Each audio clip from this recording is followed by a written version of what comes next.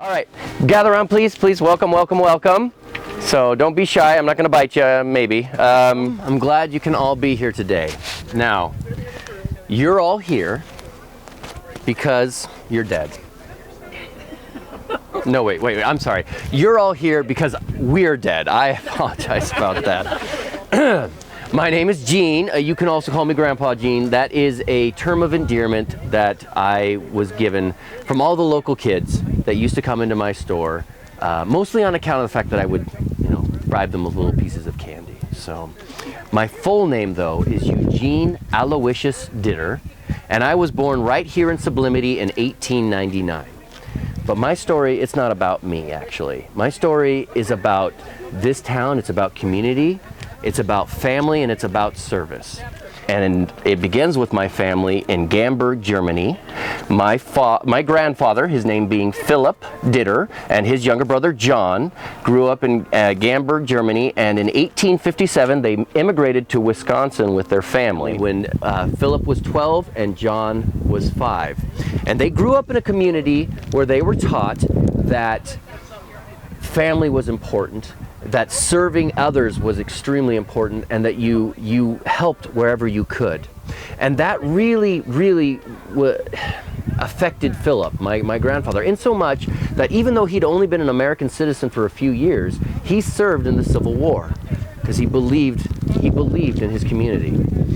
After the Civil War, he came home and he got married and he became a blacksmith and he had children, but he always told his younger brother John about his dream. His dream was that John and he would one day come out to Oregon and they would start a mercantile together. They'd have a business together. And John loved that dream. He just thought that was the greatest idea in the whole world. Unfortunately, when Philip was 42 years old, he contracted some unknown disease and he died, leaving behind his wife and 6 children, including my father, Jack. And that put them in a really tough situation. And it was devastating for my Uncle John. There went his dream. There went the vision of coming out to Oregon. And he was crushed, but he was more worried about his brother's family. And so even though he was married, he made room in his home to take care of his stepsister and her 6 children. And one of Philip's sons, named Jack, really took to his Uncle John. And Jack, my father, they developed quite a relationship. And Uncle John quickly realized that dream of his with Philip could be fulfilled. They could actually still have that store out in Oregon, and he was going to do it through Philip's family, through his children. And so just a few years after Philip died, they packed up the whole family, everything they owned, and they put it on a rail car. And they traveled by rail car via train from Wisconsin to Almsville. Took a week, and they finally got here, and they piled out of that stinky rail car after being in it for a week, and they moved on up here to Sublimity. And Uncle John, great Uncle John, he was a druggist and a country doctor by trade. And so he bought a store right here in the middle of town. It was originally a house and then became a hotel and then eventually a saloon. And he said, I'm going to turn this into a pharmacy. And he brought with him a whole bunch of tobacco. His thought was, I'm going to sell pharmaceuticals, but I'm also going to have tobacco for people. And it turns out his tobacco was way more popular than his pharmaceuticals. And he quickly realized the local community had quite a need. It had a need for all kinds of little things. So he started selling other small merchandise and various sundries to meet those needs. And my father, Jack, grew up working hand in hand with great Uncle John in that store, and he loved it. He loved the store, and he loved working with great Uncle John, excuse me. Now, great Uncle John, he wanted to serve, and my father, Jack, wanted to serve the community as much as possible.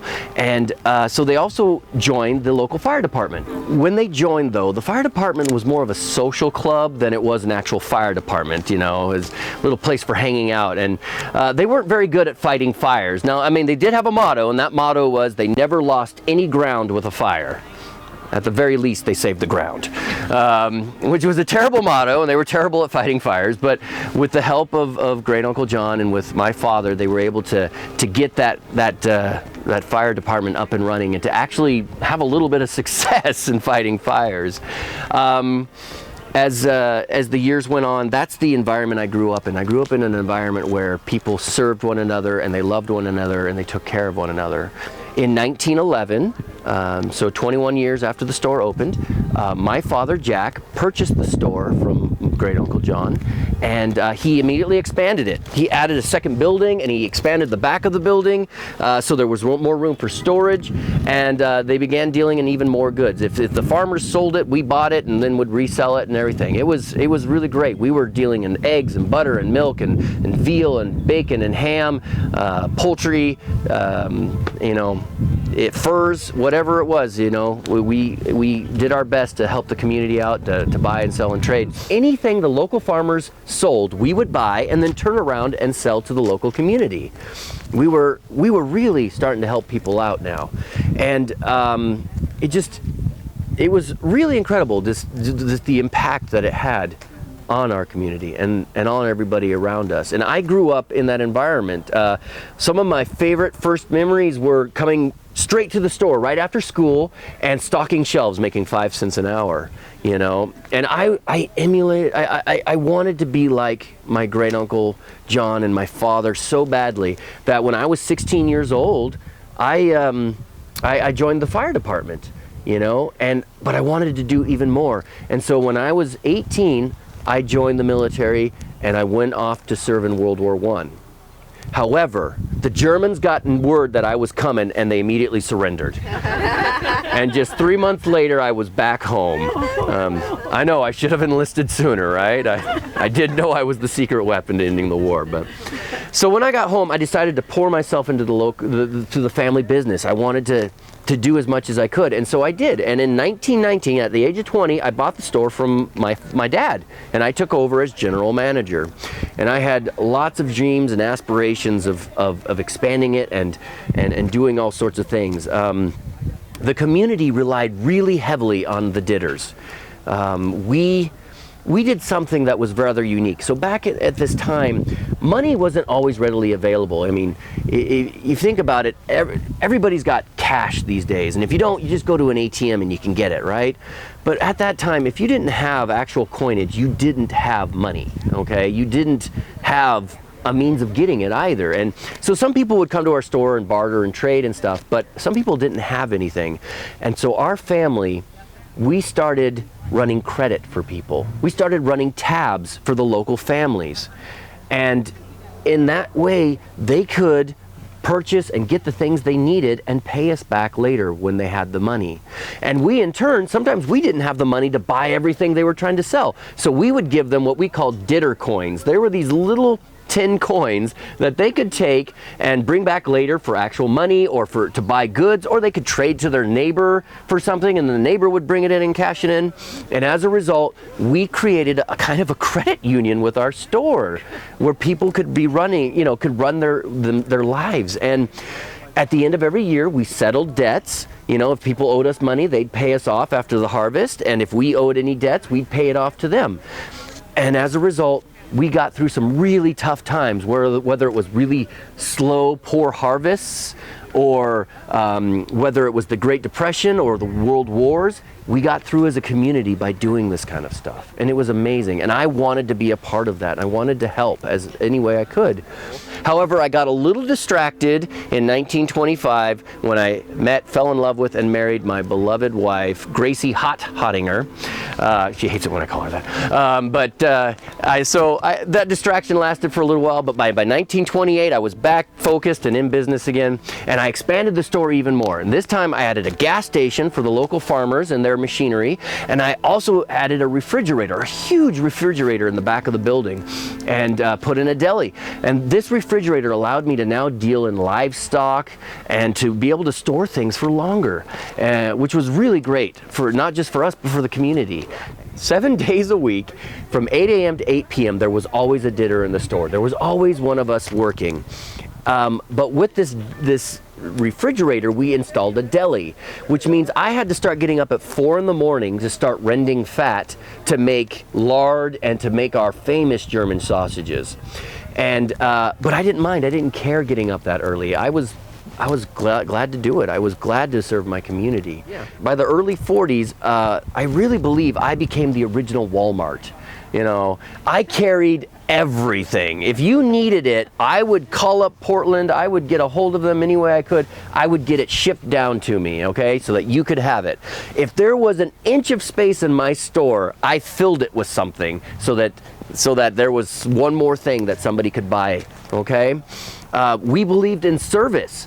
When people would come in, they would just bring their grocery list in and hand it to us, and then they got to stand at the front of the store and chit-chat with whoever was there, and we ran around the store getting everything on their shopping list and then bringing it to them. We totally believed in service. We were actually the very first IGA store in all of Oregon.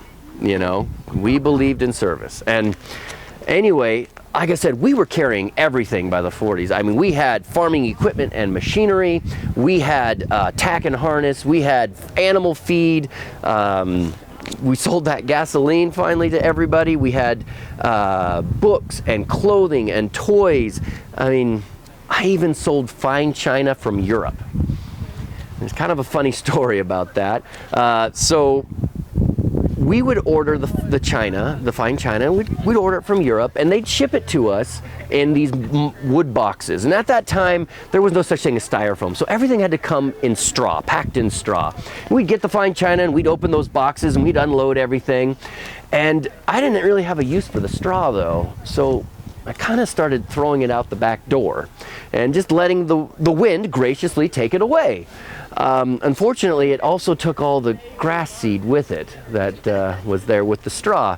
And pretty soon, all over town, we started seeing this unknown grass popping up, which the locals lovingly called that damn Ditter grass. Little did we know that grass would eventually come to be known as Highland bent grass, which is extremely profitable and very valuable in Oregon's grass seed trade. So I may very well be the father of Oregon's grass seed industry, but nobody seems to appreciate genius at the time that it's happening. So by 1937, I became the fire chief, and I served in that capacity until 1979, 42 years. And I don't know why they put up with me for so long. I really, really don't. They were gracious enough to do so. But I think one of my attributes was I was so stubborn and determined, and that's really what got them. And that's why they didn't fire me. And that stubbornness, though, really paid off, because when motorized fire trucks became available for the first time in Oregon, Sublimity was one of the first towns to get one. And that was despite our size, despite how small we were. And that was because I would not stop annoying the powers that be. We needed a fire truck, and so they eventually gave us one just to shut me up. We really, with that refrigerator and everything that we had, we were moving a lot of product. After a while, the farmers were bringing in way more than we could sell back to the local community, in so much that we actually started shipping things back to Portland. Instead of just one way on the train, we were shipping things back to Portland to be sold. We were moving 60,000 eggs a month up to Portland here from Sublimity. I mean, we had so much produce from the local farms that we were moving. It was amazing. However, by 1970, I was starting to get pretty tired. So I sold the store to my son, and he took over as general manager. In 1986, I lost my beloved wife of 61 years. And in 1992, I followed suit. And in 1995, just 3 years after I passed away, my family sold the store to another family after 105 years and 5 generations of that store being in our family. In 2000, just 5 years later, the store was closed for good and was torn down. However, in its place, right on First Street, in the middle of town, is a red brick building called Ditter Town Square. And that building was put up in remembrance of our town and our family and our service to the community. You know, I'm gone, I'm long gone, but the legacy of my family lives on through the memories of the people in this town and through that building there. And that's really my story. My story is just about family. It's about this town. It's about community, and it's about serving one another. And I hope you'll take that message home with you today. I hope that you'll go home this evening and you'll sit down and you'll think about that and you'll ask yourself, you know, what's my legacy going to be? What am I going to be known for? What are the memories that people are going to have about me, about my family, you know, when I'm gone? Thank you all so much for being here today, and I hope you have a great rest of the Nice. I hope to do him justice. So. And I'm Teresa. I'm another one. Hi. Hi, Kathy. She's a granddaughter. Jean. Nice to meet you as well. My goodness. Our daughter there. Hi. Great granddaughter. So many of you. So yeah, okay, that makes 1, 2, 3, 4, 5, I think 7 Ditter family members that have come through now. So yeah, and you all keep coming in different groups, you know. So I'm nervous every time. Next time there's somebody, there's some coming too. A lot of us went to school right across the street here at St. Bonaventure's Grade School. And after school was out, we'd walk down and go down and get our bazooka bubble gum from Ditter store. There we go. See, I almost picked up some penny candy from that store, I think in Staten, just so I could do that when there were kids in the group. But I thought, oh, because of time, because there was so much to talk about him, I had to really cut it all down, and I was afraid I'd run over time if I added too much more. But yeah, it was an honor to talk about him and to try to represent him. So, well, thank you all for being here.